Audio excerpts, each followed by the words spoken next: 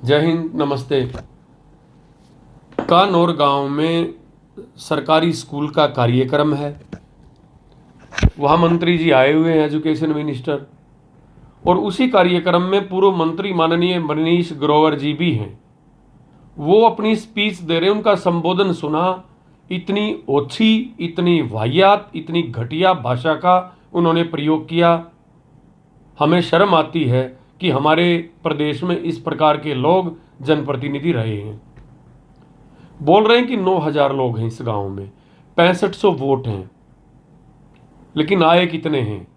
ये सरपंच यहां पे वैसे दिख रहे हैं, लेकिन मन से किसी और पार्टी के साथ है, वो बीजेपी के साथ नहीं है।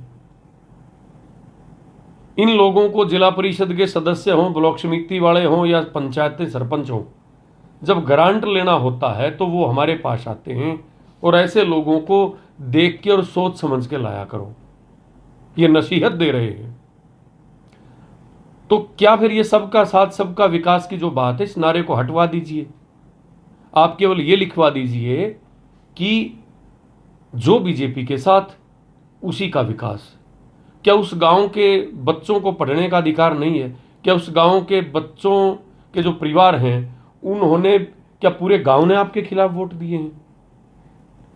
और फिर ये फीलिंग क्यों ले लेते हो कि 5 साल के लिए जनप्रतिनिधि चुन के भेजती है जनता? तुम मालिक वाली फीलिंग क्यों लेते हो? मुझे व्यक्तिगत पीड़ा इस बात की है कि 2 बार जिला परिषद का सदस्य मुझे भी बनने का सौभाग्य मिला, आशीर्वाद दिया हमारे इलाके की जनता ने। ये चौकीदारा है। और ग्रोवर साहब, आपके ऊपर आप खट्टर साहब के कृपा पात्र जरूर होंगे, परंतु मुझे लगता है कि वो आपको इस प्रकार की भाषा प्रयोग करने की नसीहत बिल्कुल नहीं देते होंगे। आप अब क्या हो? अब तो आप कुछ नहीं है। जो 50-60 हजार रुपए पेंशन ले रहे हो हारने के बाद भी, कोई कारगिल में जंग नहीं जीती आपने, कोई देश के लिए ओलंपिक या एशियाड में मेडल लेके नहीं आए। आप पेंशन ले रहे हो तो उसमें कानौर की जनता का भी योगदान है, उस सरपंच का भी योगदान है।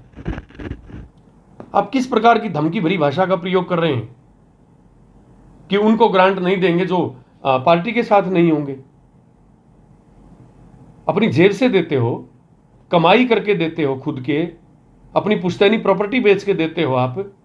अब कैसे लोगों को, हमारे शर्म आती है इस प्रकार के लोग जब हमारे देश के जनप्रतिनिधि रहे, प्रदेश के जनप्रतिनिधि रहे हों, जो खुले मन से एक धमकी दें कि ऐसे लोगों को देख के लाया करो। जिला परिषद का अपना दायरा होता है, ब्लॉक समिति अपनी होती है, सरपंच का अपना अधिकार क्षेत्र होता है, और विधानसभा और लोकसभा सबको जनता चुन के भेजती है, मालिक नहीं हम लोग। और आप लोग तो बहुत बेशर्मी के साथ पेंशन तक ले रहे हैं, हारने के बाद भी पेंशन ली जा रही है। जनता के खून पसीने की कमाई है। और इस प्रकार से वो सुना कि वहां पे महिला सरपंच, वो कह रहे सरकारी कार्यक्रम है। सरकारी कार्यक्रम में तो आपका बोलने का कोई औचित्य भी नहीं है, आपकी पार्टी का नहीं है भाई कार्यक्रम, सरकार का कार्यक्रम है। सरकार सबकी है, सब सरकार के होते हैं। आप होते कौन हो इस प्रकार का धमकी भरी भाषा का प्रयोग करने वाले? मैं हरियाणा प्रदेश के सरपंचों से भी एक बात कहना चाहता हूं, हमारे साथी जिला पार्षद भी रहे हैं।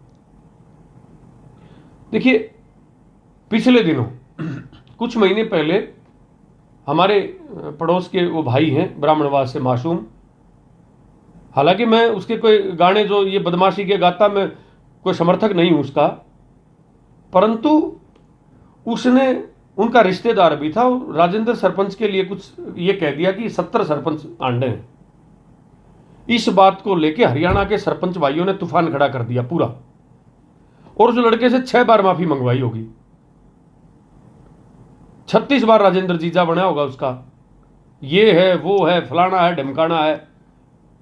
लेकिन आज कितने सरपंच मनीष ग्रोवर के खिलाफ बोल रहे हैं? क्या मनीष ग्रोवर को परमिट मिल गया क्या किसी सरपंच की, महिला सरपंच के का इंसल्ट करने का? इसका मतलब तो फिर वो सही कह रहा कि तुम ग्रांट लेने जाते हो। सम्मान, स्वाभिमान सबको चाहिए। हमारे देश का संविधान हमें इजाजत देता है इज्जत से इस देश में रहने के लिए। परंतु ये पूर्व मंत्री जी की भाषा कोई अच्छी भाषा नहीं थी, ये कोई लोकतांत्रिक भाषा नहीं थी, इस प्रकार की धमकी देना और सरपंचों को भी ऐसे ऐसे दुबक के बैठना। हम ये नहीं कह रहे कि कोई रोड पर निकल के आंदोलन करिए और सड़क जाम करिए, पब्लिक को परेशान करिए, नहीं, लेकिन कम से कम उनसे इस बात के लिए तो आप बोलिए, सरपंच एसोसिएशन है, उनसे ये तो जरूर कहिए कि आपने एक महिला सरपंच के लिए जो शब्दों का प्रयोग किया है, जो ये कहा कि तुम केवल पैसे लेने आते हो, बीजेपी से नहीं जुड़े हो, उसकी विचारधारा से नहीं जुड़े हो, वे नहीं जुड़े आपकी विचारधारा से, आपकी पार्टी से, तो कत्ल करवा दोगे क्या सबका? तुम बहुत बड़ी ठेकेदारी क्यों उठाते हो हरियाणा प्रदेश की? सबका साथ सबका विकास, ये बिल्कुल लोकतांत्रिक भाषा है ग्रोवर साहब की।